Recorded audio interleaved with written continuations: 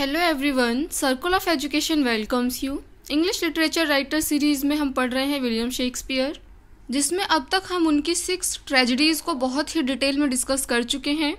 अगर आपने अब तक वो वीडियो नहीं देखी है तो चैनल की प्लेलिस्ट में जाके चेक कर लें। तो शेक्सपियर की ट्रेजेडीज़ को डिस्कस करने के बाद अब जो है हम उनकी कॉमेडीज़ को और रोमांटिक कॉमेडी को डिटेल में डिस्कस करेंगे। तो अगर आपको ये सीरीज़ पसंद आ रही है, नोट समझ आ रहे हैं तो वीडियो को लाइक करें, अपने ओपिनियन कमेंट सेक्शन में रखें और अगर आप चैनल पर नए हैं तो चैनल को सब्सक्राइब करें। चलिए आज की इस वीडियो को हम शुरू करते हैं। तो आज की इस वीडियो में हम शेक्सपियर का बहुत ही फेमस प्ले है द टेम्पेस्ट, जो कि एक रोमांटिक कॉमेडी है, इसको डिटेल में डिस्कस करेंगे। बात करें अगर कॉम्पोजिशन की तो द टेम्पेस्ट का कॉम्पोजिशन 1611 रहा है, ये आपको याद रखना है। कैटेगरी की बात करें तो जैसा कि अभी हमने डिस्कस किया कि ये क्या है, रोमांटिक कॉमेडी है, रोमांस है। शेक्सपियर का जब फर्स्ट फोलियो आया था 1623 में, तब इसको कैटेगरी दी गई थी कॉमेडी की, लेकिन कुछ क्रिटिक्स मानते हैं कि इसमें हमें ट्रेजिक कॉमेडी के कुछ एलिमेंट्स देखने को मिलते हैं, बट ये कॉमेडी की कैटेगरी में ही आएगा, ये आपको याद रखना है। सेटिंग की बात करें अगर तो इसकी सेटिंग जो है वो सी रखी गई है, एक समुद्र में ही हमें आधे से ज़्यादा प्ले देखने को मिलता है और उसके बाद जो है एक आइलैंड हमें देखने को मिलता है। सोर्सेज की अगर बात करें तो जो इसका प्लॉट है द टेम्पेस्ट का वो तो ओरिजिनल है, लेकिन ऐसा माना जाता है कि इंस्पिरेशन जो है इसकी ली गई है जॉर्डियन का एक पैम्फलेट आया था 1610 में, द डिस्कवरी ऑफ द बर्मुडाज। यहाँ पे जो बर्मुडा है, यहाँ बात हो रही है बर्मुडा ट्रायंगल के बारे में, जिसकी डिस्कवरी हुई थी और ये एक पैम्फलेट आया था जिससे इंस्पायर होकर शेक्सपियर ने द टेम्पेस्ट लिखा है, ऐसा कहा जाता है। और द टेम्पेस्ट किसके बारे में है, ये स्टार मार्क करके मैंने इसलिए लिखा है क्योंकि एग्जाम में ये क्वेश्चन बन चुका है। तो it is the story about the return of the sellers of a ship that had disappeared, कि ये कहानी है उन सेलर्स की जो कि वापस आते हैं उस शिप से जो कि कुछ टाइम पहले गायब हो चुकी होती है। बर्मुडा को जाना जाता है आइल ऑफ डेविल के नाम से। थीम की अगर बात करें तो इसकी जो थीम है वो रिकन्सिलिएशन एंड फॉरगिवनेस है। साथ ही साथ हमें इसमें कॉलोनाइजेशन का भी इम्पैक्ट देखने को मिलता है, वो जब हम स्टोरी करेंगे तो आपको ऑलरेडी समझ आ जाएगा। इस प्ले को ऐसा कंसीडर किया जाता है कि शेक्सपियर का लास्ट प्ले है, हालांकि 1617 में भी हमें विलियम शेक्सपियर के प्लेज की कॉम्पोजिशन देखने को मिलती है। इस प्ले में हमें कुछ सुपर नेचुरल एलिमेंट्स भी देखने को मिलते हैं, स्पिरिट्स देखने को मिलती हैं। तो ये तो हुआ प्ले का इंट्रोडक्शन। चलिए अब कैरेक्टर्स डिस्कस कर लेते हैं। कैरेक्टर्स पे बहुत बार क्वेश्चन बने हैं एग्जाम में, कई बार क्वेश्चन स्टोरी से ना हो करके सीधा कैरेक्टर पे ही पूछा जाता है, इसलिए हम कैरेक्टर जो है वो डिटेल में करेंगे। तो इस प्ले का जो मेन कैरेक्टर है वो प्रोस्पेरो है। वो एक समय पे ड्यूक ऑफ मिलान था, मिलान का ड्यूक था, लेकिन उसका जो यंगर ब्रदर है एंटोनियो, वो क्या करता है, उसकी प्रॉपर्टी को, उसके टाइटल को, पोजीशन को हथिया लेता है, कब्जा कर लेता है और मजबूर कर देता है प्रोस्पेरो को वहाँ से भागने में। तो प्रोस्पेरो क्या है, ओवरथ्रोन ड्यूक है मिलान का और ये वहाँ से भाग चुका है, एग्जाइल में रह रहा है, वनवास में रह रहा है, ऐसा हम कह सकते हैं। और जब ये भागता है तो अपनी एक यंगर डॉटर के साथ भागता है जो कि काफ़ी छोटी होती है उस वक्त उसकी एज जो होती है वो 3 साल की होती है। डॉटर का नाम मिरांडा होता है।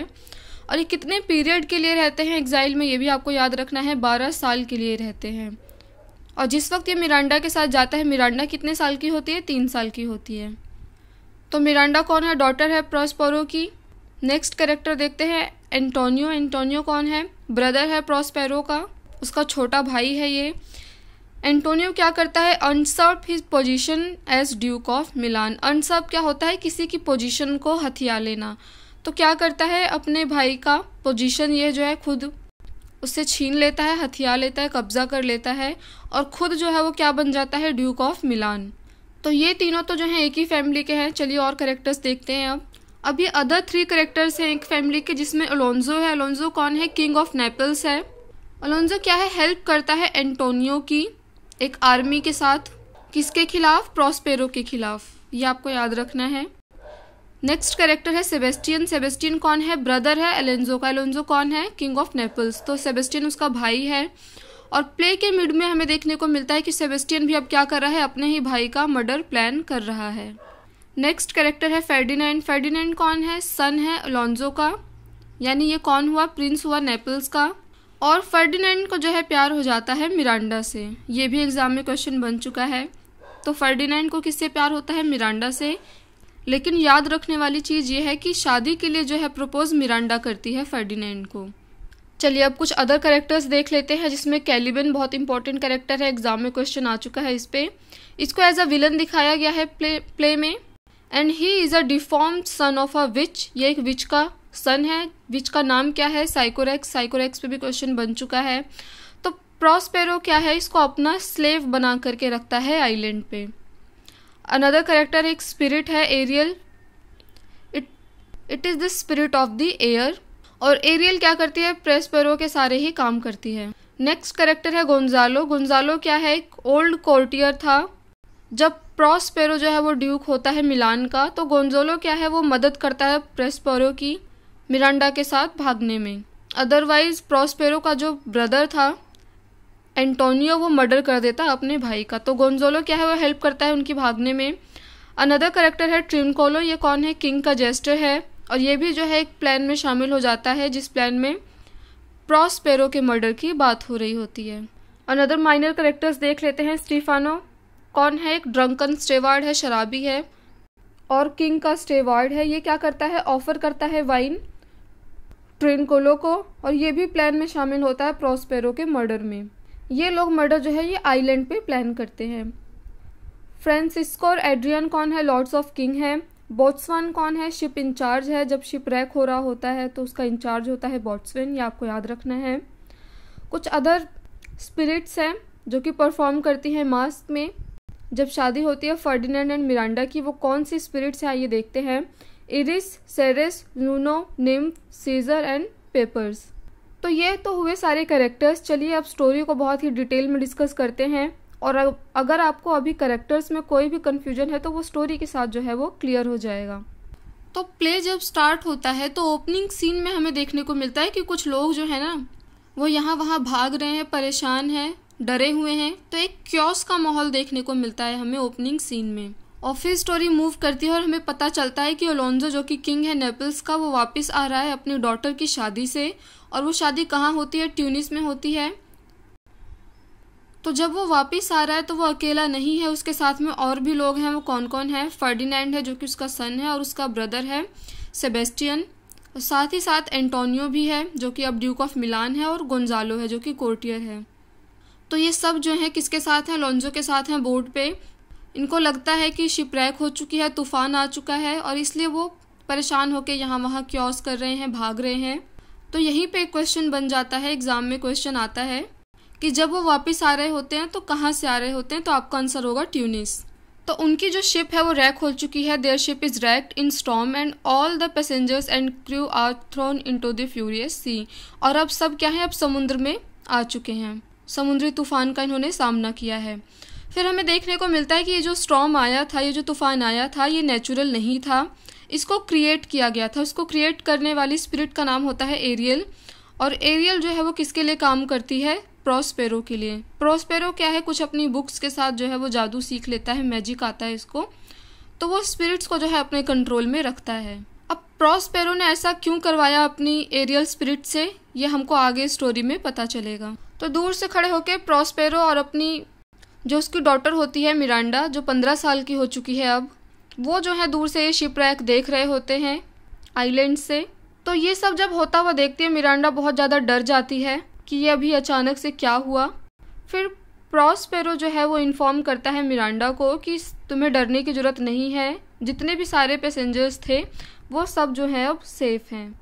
और इसी के साथ जो है प्रॉस्पेरो पहली बार अपनी डॉटर को बताता है अपनी हिस्ट्री के बारे में, अपने पास्ट के बारे में। और साथ ही साथ हमको भी जो है पहली बार पता चलता है कि प्रॉस्पेरो ऐसा क्यों कर रहा है। तो प्रॉस्पेरो जो है बताता है मिरांडा को कि वो कैसे इस आइलैंड पे आए। तो उसको बताता है कि 12 साल पहले वो जो है ड्यूक था मिलान का, लेकिन उसका जो छोटा भाई था एंटोनियो, उसने क्या किया, उससे वो पोजीशन छीन ली और उसे मजबूर कर दिया। हालांकि उसका प्लान मर्डर का था, लेकिन गोंजालो जो होता है उस वक्त हेल्प करता है उसको वहाँ से भागने में, एक स्मॉल बोट का अरेंज करता है। साथ ही साथ उसकी हेल्प करता है कि वो अपनी डॉटर मिरांडा और अपनी लाइब्रेरी की जो उसकी कुछ बुक्स थी मैजिक की, उन सबको लेकर के वो सेफली वहाँ से भाग सके। और इस तरह से ये क्या करते हैं, इस आइलैंड पे आते हैं। और जब इस आइलैंड पे आते हैं तो प्रॉस्पेरो को पता चलता है कि इस आइलैंड पे सिर्फ वही एक ह्यूमन है। फिर वहाँ पे उसको कैलिबन मिलता है। कैलिबन कौन है? एक डिफॉर्म एंड सेवेज क्रिएचर है। कैलिबन को ये अपना क्या करता है? स्लेव बना लेता है। कुछ स्पिरिट्स भी देखने को मिलती है इसको आइलैंड पे, जिसमें एक एरियल होती है। तो एरियल का भी पास्ट दिखाया जाता है कि एरियल को क्या है, बंद कर दिया जाता है एक पेड़ में, एक टी ट्रंक में, और उसको बंद करने वाला कौन होता है? कैलिबन की मदर होती है, एक विच होती है जो कि साइकोरेक्स, और उसको टी ट्रंक में बंद करने के बाद जो है साइकोरेक्स की डेथ हो जाती है। तो एग्जाम में यहाँ भी क्वेश्चन बन चुका है कि एरियल जो है वो किस में बंद रहता है, तो आपका आंसर होगा टी ट्रंक में। फिर प्रॉस्पेरो क्या करता है? अपनी मैजिक पावर को यूज करता है और एरियल को जो है वहाँ से निकालता है बाहर, और उसको कसम खिलवाता है कि अब जो है तुम मेरी सेवा करोगे, मेरा काम करोगे, जिसपे एरियल जो है वो एग्री हो जाता है। और समय के साथ साथ क्या है, प्रॉस्पेरो जो है इस आइलैंड को बहुत ही ज़्यादा खूबसूरत बना देता है, और इस मैजिक के साथ जो है उसके अंदर बहुत ज़्यादा पावर आ जाती है। तो जब ये सब कहानी वो सुना रहा होता है ना मिरांडा को, मिरांडा सो चुकी होती है, उसके सोने के बाद एरियल आता है और वो बताता है प्रॉस्पेरो को कि जितने भी लोग थे शिप में वो सब जो है आइलैंड पे लैंड कर चुके हैं और किसी को कोई भी नुकसान नहीं पहुंचा है। तो अब तक हमें स्टोरी से यही पता चला है कि जितने भी लोग थे शिपरैक में जो फंसे थे उनमें से किसी को भी कुछ भी नुकसान नहीं हुआ है। लेकिन फिर होता क्या है, जो अलोंजो होता है उसको लगता है कि उसका जो बेटा फर्डिनेंड है ना, उसकी डेथ हो गई है, क्योंकि अब सब लोग अलग अलग हो चुके हैं तूफान में फंस करके, तो सब लोग एक साइड हो जाते हैं, लेकिन फर्डिनेंड जो है वो आइलैंड के दूसरे साइड पे लैंड करता है। तो इन सबको लगता है कि फर्डिनेंड की डेथ हो गई है। अलोंजो बहुत ज़्यादा दुखी होता है, ढूंढ रहा होता है उसको। तो फर्डिनेंड की मुलाकात होती है मिरांडा से, और उसको देखते के साथ ही क्या होता है, फर्डिनेंड को प्यार हो जाता है मिरांडा से। और मिरांडा के लिए भी ये बहुत ज़्यादा अजूबा होता है, क्योंकि ज़िंदगी में पहली बार वो किसी मैन को देख रही होती है। उससे पहले उसने सिर्फ अपने फादर को देखा था और कैलिबन को देखा था। कैलिबन भी जो है वो बहुत ज़्यादा अजीब था अपीयरेंस में, तो इतने सुंदर आदमी को वो पहली बार देखती है और उसको भी जो है प्यार हो जाता है फर्डिनेंड से। तो अब क्या है, प्रॉस्पेरो जो है ना वो देखना चाहता है कि फर्डिनेंड इस लायक है भी कि नहीं कि उसकी शादी मेरी बेटी से हो। तो ये क्या करता है, प्रॉस्पेरो फर्डिनेंड से काम करवाता है, मेहनत करवाता है। तो हमें प्ले में देखने को मिलता है कि फर्डिनेंड जो है वो हाथों से लकड़ियाँ उठा करके लेके जा रहा होता है। अब क्योंकि ये कॉमेडी है तो यहाँ पे दिखाया जाता है कि प्रॉस्पेरो जो है ना वो सारे ही जो मूवमेंट होते हैं फर्डिनेंड के वो को कंट्रोल कर रहा होता है। फर्डिनेंड कोई भी काम करने जाता है तो क्या करता है, प्रॉस्पेरो उसको कंट्रोल करने लगता है मैजिक से। तो ये क्या है, एक ह्यूमरस क्रिएट करता है और ऑडियंस को जो है हंसी आती है ये सब देख करके। फिर कॉन्वर्सेशन दिखाई जाती है एरियल की। एरियल जो है अब रिक्वेस्ट करता है प्रॉस्पेरो से कि अब जो है उसको वो आज़ाद कर दे, उसको बहुत टाइम हो गया है प्रॉस्पेरो के लिए काम करते हुए। तो प्रॉस्पेरो जो है वो उसको प्रॉमिस करता है, बोलता है कि ठीक है मैं तुम्हें एक टाइम बाद आज़ाद कर दूंगा, लेकिन अभी उसको थोड़ा उसका काम करना पड़ेगा जो नए लोग आए हैं आइलैंड पे उनके रिगार्डिंग। और जब एरियल ये काम कर देगा तो प्रॉस्पेरो जो है वो फ्री कर देगा एरियल को। तो एरियल जो है मान जाता है इस बात को। अब दूसरी तरफ अलोंजो जो है वो बेचारा भटक रहा है, ढूंढ रहा है अपने बेटे फर्डिनेंड को यहाँ वहाँ। उसको लग रहा है कि कहीं ऐसा ना हो वो डूब के मर जाए। तो जब उसके मन में एक ख्याल आता है कि उसका बेटा डूब के मर चुका है तो अलोंजो क्या है वो खुद भी मरने की कोशिश करता है, खुद भी डूबने की कोशिश करता है। फिर एरियल जो है वो दोबारा वापस जा रहा होता है प्रॉस्पेरो के पास में, और इस दौरान वो सुनता है कि एंटोनियो जो है वो सेबेस्टियन को बोल रहा है कि चलो अलोंजो को मार देते हैं। इससे क्या होगा कि सेबेस्टियन जो है वो किंग बन जाएगा नेपल्स का, जैसे एंटोनियो जो है वो ड्यूक बन गया मिलान का अपने भाई को मार करके। ऐसा एंटोनियो का मानना होता है। हालांकि प्रॉस्पेरो तो अभी जिंदा है, आइलैंड पे रह रहा है। तो इधर इनकी ये प्लानिंग चल रही होती है। दूसरी तरफ क्या होता है कि कुछ लोग जैसे ट्रिनकोलो जो कि जेस्टर होता है और स्टीफानो जो कि बटलर होता है, ये वहाँ आइलैंड पे घूम रहे होते हैं। आइलैंड को बहुत अच्छे से ऑब्जर्व कर रहे होते हैं और देख रहे होते हैं कि यहाँ पे ये चीज़ें थोड़ी अजीब हैं। तभी जो है वहाँ पे कैलिबन आ जाता है। कैलिबन इनसे मिलता है और बोलता है कि मैं तुम्हारे लिए काम करूँगा अगर तुम प्रॉस्पेरो को जो है मार दो। तो ये लोग साथ में बैठ करके वाइन पीते हैं और उठ के जाते हैं प्रॉस्पेरो को मारने के लिए। ये सारी बातें जो हैं वो एरियल सुन लेता है और एरियल जाता है ये सब कुछ बताने प्रॉस्पेरो के पास। तो एरियल आता है प्रॉस्पेरो को सबके प्लॉट के बारे में बताता है। फिर प्रॉस्पेरो क्या है वो एरियल को भेजता है और बोलता है कि उनके साथ जो है तुम ट्रिक्स करो, मतलब उनको मजा चखाओ, ऐसा बोलता है प्रॉस्पेरो एरियल से। तो इसमें प्ले में हमें देखने को क्या मिलता है कि एरियल क्या है कुछ बहुत ही ब्राइट, बहुत ही चमकीले कपड़े लेकर के आता है, उनके पास रख देता है। और जो बाकी की सारी स्पिरिट्स होती हैं वो एक डॉग का के फॉर्म में आ जाती हैं। तो सारी स्पिरिट्स अब क्या हैं, अब वो कुत्ता बन चुकी हैं, डॉग बन चुकी हैं और वो भगाती हैं अब स्टीफानो, कैलिबन और ट्रिनकोलो को, और उनको भगाते भगाते बहुत ज़्यादा परेशान कर देते हैं कि ये तीनों लोग जो हैं वो दुख में, दर्द में जो है रोने लगते हैं। उधर दूसरी साइड हमें देखने को मिलता है कि प्रॉस्पेरो को अब लगता है कि चलो फर्डिनेंड जो है बहुत सही है, सूटेबल है मेरी डॉटर के लिए। तो अब वो जो है फर्डिनेंड को जाने देता है और उनकी शादी के लिए जो है अपना आशीर्वाद दे देता है राजी खुशी। तो अब क्योंकि शादी होनी है और प्ले का एंड भी आ रहा होता है, तो एरियल क्या करता है, अब सारे ही जो लोग होते हैं आइलैंड पे उन सबको इकट्ठा करता है और बुलाता है प्रॉस्पेरो के सेल के पास। और जब सब लोग आते हैं तो उनको एक मैजिकल बैंकेट दिखता है जहाँ पे जो है पार्टी होनी है, सारा अरेंजमेंट होना है शादी का। और जैसे ही वो लोग खाना शुरू करते हैं खाना, एरियल आता है और उनको रियलाइज़ कराता है कि इन्होंने पास्ट में क्या क्या किया है। फिर इसके बाद जो है प्रॉस्पेरो फाइनली एंट्री लेता है सबके सामने, खुद को रिवील करता है, सब कुछ बताता है कि कैसे क्या हुआ। साथ ही साथ वो अनाउंस करता है कि अब वो अपनी मैजिक को प्रैक्टिस नहीं करेगा। अब क्योंकि प्ले का एंड हो रहा है तो फिर क्या होता है कि माफ़ कर देता है प्रॉस्पेरो अपने ब्रदर को, एंटोनियो को। मिरांडा और फर्डिनेंड की शादी हो जाती है और इनकी शादी की सेलिब्रेशन में एक मास्क परफॉर्म किया जाता है जिसमें सारी ही स्पिरिट जो है वो पार्टिसिपेट करती हैं। प्रॉस्पेरो जो है सारी स्पिरिट्स को बुलाता है कि चलो तुम यंग कपल को अपनी ब्लेसिंग दो, जिसमें एरिस, जूनो और सीजर्स होते हैं। अब कैलिबन को भी क्या है, अपनी गलती का एहसास हो जाता है कि वो उसके मर्डर का प्लान कर रहा था। तो वो प्रॉमिस करता है प्रॉस्पेरो से कि अब से जो है वो अच्छा अपना बिहेवियर रखेगा। अब जो शिप का इंचार्ज होता है वो आता है आइलैंड पे और वो अनाउंस करता है कि शिप जो है वो सेफ है, हम जो है अब वापस जा सकते हैं। तो अब सब लोग जो है वापस तैयारी कर रहे हैं जाने की, कहाँ पे, मिलान में। प्रॉस्पेरो जो है क्या अब वो फिर से ड्यूक बन जाएगा मिलान का। और प्रॉस्पेरो ने साथ में ही क्या किया, अपना प्रॉमिस पूरा किया है और एरियल को फ्री कर दिया है। और इस तरीके से प्ले की हैप्पी एंडिंग होती है। फाइनल सेलिब्रेशन दिखाया जाता है कि सब लोग आपस में मिल गए हैं, एक दूसरे को माफ़ कर दिया है। और प्ले का जो एंड है यहाँ पे हमें एपिलॉग देखने को मिलता है। तो क्वेश्चन बन जाता है कि एपिलॉग किस प्ले में है। तो पहला तो आंसर ये हो गया कि हाँ, टेम्पेस्ट में एपिलॉग है। एपिलॉग बोलता कौन है इस प्ले में, तो आपका आंसर होगा प्रॉस्पेरो। और अगर आपने ड्रामा और हिस्ट्री पढ़ी है, ड्रामा की एरिस्टोटल वगैरह पढ़ा है, तो आपको याद होगा कि ड्रामा के लिए जो है वो 3 यूनिटीज़ बताई थी, जिसमें टाइम, प्लेस और एक्शन के बारे में बात होता है। तो द टेम्पेस्ट जो है शेक्सपियर का, इसमें हमें तीनों की यूनिटीज़ देखने को मिलती हैं।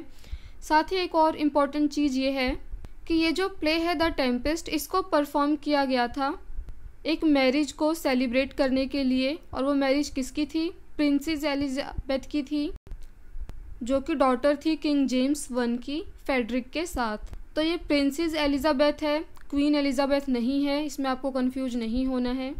और इसी के साथ जो है ये प्ले हम कंप्लीट करते हैं। उम्मीद है आपको पूरी स्टोरी बहुत ही अच्छे से समझ आ गई होगी। तो अगर आपको वीडियोस पसंद आ रही हैं, नोट समझ आ रहे हैं, तो वीडियो को लाइक करें, अपने ओपिनियन कमेंट सेक्शन में रखें और अगर आप चैनल पर नए हैं तो चैनल को सब्सक्राइब करें। Thanks for watching this video.